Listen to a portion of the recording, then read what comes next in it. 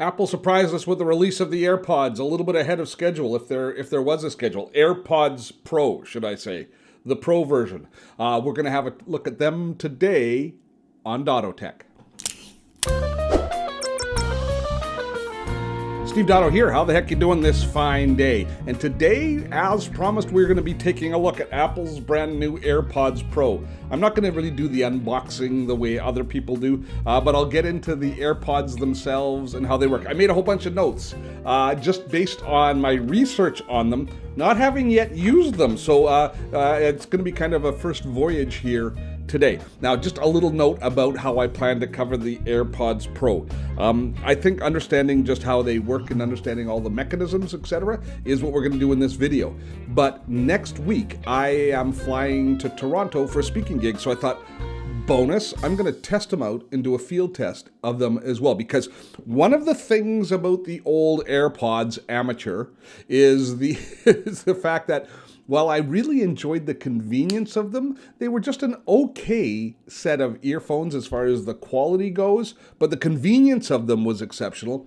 But they really came up short for me when I was traveling. I never used them on a plane. I always found the volume to be too low and they just weren't acceptable on a plane. So I actually carried around another wired set of earbuds, noise canceling earbuds, as a matter of fact, which I'll be comparing to the AirPods Pro. I used to carry those on a plane. So you're going to want to watch both this video and the next video if you want to understand how they work in the field. So make sure that you've subscribed here to Dottotech, and so that you get access to that video. Now here's my notes. I got good notes. What is a Pro? New design. They're water resistant. I don't think you'd wear them swimming or something like that. Lots of notes I have here, but I'm just going to take a second. I'll open the package, get back to you once I've opened the package, and we'll configure them with the iPhone and get going from there, shall we? Okay, in the package, three things. Obviously, the AirPods, a Lightning to USB-C cable. So the charging cable, no longer USB, the old school USB-B, is it? Now it's USB-C cable to Lightning for charging the case, although the case does have the wireless charging capabilities, and a set of replacement nubs, ear fittings, larger and smaller ones. They put the mid-size ones in the AirPods. Now the case, of course, also charges the AirPods. It carries an extra charge. Apple says you get about 4 hours of use out of each AirPod, which is reasonable, I think. A little bit less if you have noise cancellation turned on. And there's enough of a charge in the case to give you 24 hours of listening time. And there's a fast charge feature that if your AirPods die, and the battery dies in the AirPods themselves, 5 minutes in the charger, 5 minutes in the case will give you an hour of more listening time. When you take a look at the AirPods for the first time, you will notice that they have a rubber nub that goes into your ear and creates passive noise cancellation. It creates a bit of a seal in your ear. The seal, let me stick it in. Let's feel it. I haven't done this yet, so let's put it in and have a feel. Feels pretty much more secure. I've got the medium size earpiece in there. Now they actually, Apple, as they do so often, they come up with something completely out of left field as far as we're concerned.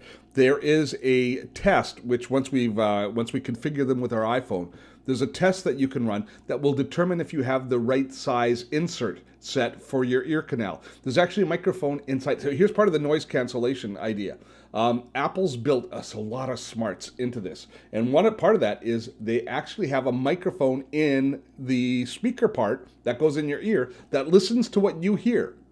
So they listens to what you hear, and then it determines whether or not you have the right size, if you have the right size adapter set on to your AirPods. It's pretty darn sophisticated stuff. One of the things that I'm hoping is when I use my normal noise canceling headphones, here's my old ones. Let me just show you my old ones, which are these Bose noise canceling, which I've loved for years, and they've got this massive rubber grommet that sticks into your ear here. When you put these in and you turn them on and you turn them into noise cancellation mode, one of the things that I always feel like is I've stepped into a closet, into an old cedar closet or something, and it deadens the space around me, and I just kind of feel that whoomp as I turn them on. And it isolates you to a certain extent from the world around you. One of the things that I hope with the AirPods Pro is that there'll be less, that the noise will be canceled, but there'll be less of that isolation, less of that kind of cocooning that happens. But we will figure that out once we actually turn them on and start using them. For now, we've just been looking at the ergonomics, which are pretty appealing, and it feels quite comfortable. Okay, I'm actually kind of excited. Time to pair my AirPods with my smartphone, my AirPods Pro. Now, this is one thing that Apple has done genius well. They have set it up so you just open the case near the device, near your phone, and it connects the AirPods automatically to your iPhone. They have done a spectacular job. They then take you on a little bit of a tutorial, taking you through the media controls, which is something that we'll spend time on in a few moments here, because the old AirPods had a force control where you touched and tapped on the AirPod itself, but now there's a little flat part of the AirPod that you actually press and hold, and it's a series of squeezes that you do that allow you to control the different media controls. They've got something called Announce Messages now, which will allow you to use Siri, to read your messages to you without unlocking your smartphone. So this is kind of one of those safety features, so that you don't have to constantly fumble with your phone, but you can actually get feedback from any incoming messages without actually, if your phone's still in your pocket or in your purse and you've got the earbuds in, you can still receive messages. So I'm going to ask Siri to announce the messages, and then it's done. My AirPods Pro have a 76% charge. They're sitting in my ears now, and they are done. So I'm ready to start configuring them, or let's say customizing them for myself, because now I have to figure out to make sure that they're fitting me properly, and then I have to learn how to control all my different media types with it. So let's get on with that next. Okay, now that I have set up the AirPods and configured them, to modify the controls in any way, you go into your settings and you go into your Bluetooth settings, and there you'll see that they're connected. And make sure that they're connected, obviously. And in order to manage them now, you have to tap on the little eye symbol next to it. I don't think it's the most intuitive thing. I wish they had a kind of a top-level way of getting to the controls. But that's how you go in and you manage your settings, and you manage the options you have for setting your right and left clicks and that sort of stuff. But the first thing that you'll see right off the top is you'll see this noise cancellation grid, which allows you to turn noise cancellation on, turn it off, and I notice a huge difference immediately as soon as I turn it off, because it was turned on, so it was deadening everything around me. And then something called transparency mode. Now, transparency mode is interesting. It creates a little bit of an environment. This is awkward, isn't it? Me telling you what I'm hearing doesn't make for the world's best demo. But transparency mode allows some aspects of noise cancellation, but it allows the microphone to then feed whatever your environmental sound is through. So if somebody's talking to you, for example, if you're carrying on a conversation, you can still be using some of the passive noise cancellation, and I guess it's got a little bit of the active noise cancellation as well, but to make sure that the environmental sounds that you need, not the low hum of an air conditioner or something like that. It should suppress some of that, but allow things like voices and car horns and other things to come through comfortably, so that you're more into the environment that you are around. But I'm just going to quickly turn on the noise cancellation again, and I say it's less oppressive than noise cancellation on other headsets that I've used, but it still creates a muffled environment around. Like, as I hear my voice, obviously it's being muffled because it's in the environment, but it's not quite as oppressive as I've experienced, say, from my Bose noise canceling headphones. But enough on that, because ultimately, no matter what I say, no matter what anybody says, it's going to be up to each individual whether or not they like the sound. But there are a few things that we need to configure. And the first is something called the ear fit test. Now, as I said, they've got removable rubber grommets, or removable rubber tips here that go in, and they hold it quite nicely and securely. They've got a nice, comfortable fit, but I'm not sure it's an optimal fit. And also, there's Apple wants to make sure you have a good seal around it so that the active noise cancellation is going to work. So down here in the bottom of the screen, we've got something called the ear tip fit test. I've never done an ear tip fit test. Neither have you, I imagine. So here we go. It's going to now play some sounds into my ears.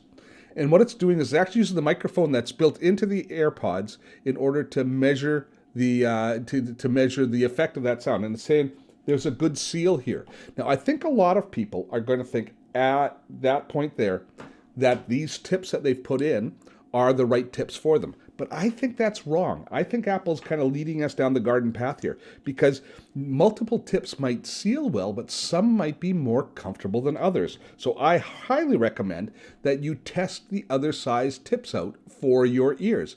Test with the seal, but also test it for personal comfort. Now, this is a little bit nerve-wracking. You grab onto the end of the rubber part here, and you pry these off, and I felt the first time I did it like I was going to break it. Like, oh no, I'm going to tear it. But so it takes a little bit of a firm disconnect in order to pull it off. And then from the package here, we can pull off another one. We've got 3 different sizes here. Ooh, I've got them flying all over the place. There's my large one. And I'm going to put the smaller one on, and it just pops in. So I've now tested out the second set, and they also have a good seal, but I put in the smaller ones, and I have to say that I find the smaller ones a little bit more comfortable. So I'm going to go with the smaller ones, saying that they've improved comfort. I don't think the bigger ones would be more comfortable. I think that they would just, that it's not worth it for me. But don't just rely on Apple saying you have a good seal. Try the different tips out to make sure that they're comfortable for you. Now let's take a look at a few more of the controls. First thing is, if we go into the control center, you have a volume control for your AirPods Pro right here. So you can turn up and down the volume there, should you choose to. And let's go back into the Bluetooth settings now, and let us go and select the AirPods Pro one more time. And you can change the name. Oh, you can change the name. Cool. You can change the name of them if you want. Maybe change that professional designation. But down here, we've got automatic ear detection, which means they know when they're being put in. So when you take them out, it'll pause whatever you're playing. That's the same as it used to be with the old AirPods. And now, instead of the tap controls, we now have the left and right squeeze controls that allow us to choose if we want to turn on and off the noise cancellation with a long squeeze and a hold on the new pressure sensitive stem. Now, they've replaced, as I say, they've replaced the tapping now with the squeeze and hold. A single press is to pause or play or answer a call. If you press twice, it'll skip forward in whatever you're listening to, and 3 times will skip backwards in whatever you are listening to at that time. Now, the controls we have and the options we have are for the press and hold options, and they're both set for noise control at this time. So when we press and hold, what it'll do is it'll cycle through these 3 main noise control settings, either noise cancellation, or turn it off completely, or set it into transparency mode. By pressing and holding, it'll cycle through each of those. However, having said that, you can also choose to change one of the AirPod settings for the press and hold to change, and instead to invoke Siri. Now, of course, it will also work for us. We have to be careful when we say that. But it'll also invoke Siri. So if you want to have that physical Siri interaction, you've got that ability as well. So the setup is pretty straightforward as far as getting the AirPods Pro put in your ears. I think they're a little bit more comfortable. They're designed, Apple would like you to be wearing them all the time, which is one of the reasons they set up the transparency mode. So we'll see. I'll see if I wear them more. I'm just checking my notes that I made as I went through. Now, one of the things that I thought about when I was looking at them was I was wondering whether or not they would be an effective replacement for my existing noise-canceling headphones. And obviously, with the cost, one would hope that they are. Now, I've got these Bose noise-canceling headphones, and the main reason that I bought these originally is for on airplanes, for the comfort level when I'm on airplanes. But I also use these earbuds an awful lot when I'm doing work to increase my productivity. I use a tool, and we've got a video on the tool called Focus at Will, which is music that's scientifically designed to enhance your focus as you're working. And it helps to kind of cocoon you and to help eliminate outside distractions and allow you to work a little bit better. Speaking of outside distractions, Farley is distracting me right now.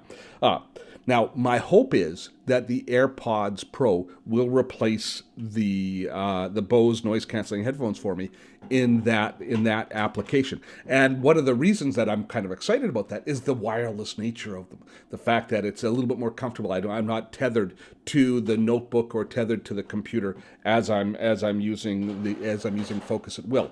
So that's going to be interesting to check out. Just checking through. Oh, one other tip. You should make sure that you purchase Apple Care with these, because the cost, depending on what country you're in and what the currency is, but the cost of replacing or repairing these are completely unrepairable. I think that they're not going to be repaired. So the cost of replacing these can be fairly high if you lose one or damage one, and the Apple Care significantly reduces the cost of replacing one of your AirPod Pros. So I would encourage you, if you are going to purchase them, spend the extra and get the Apple Care when you do that. Now, just a reminder, this is the first of 2 parts on the AirPod Pro, because next week I am actually flying to Toronto, so I get to test the AirPods out in their natural environment on an airplane to see if they work, because that was one of my frustrations with the old AirPods Amateur, is they were terrible when I was on airplanes. But hopefully these are going to perform on an airplane. Fingers crossed.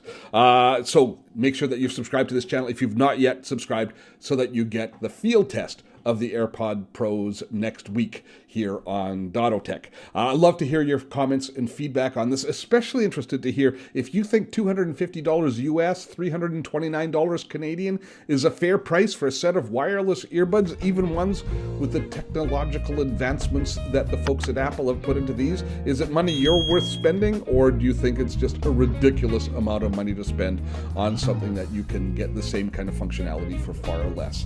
Love to hear your comments below. Till next time, I am Steve Dotto. Have fun storming a castle.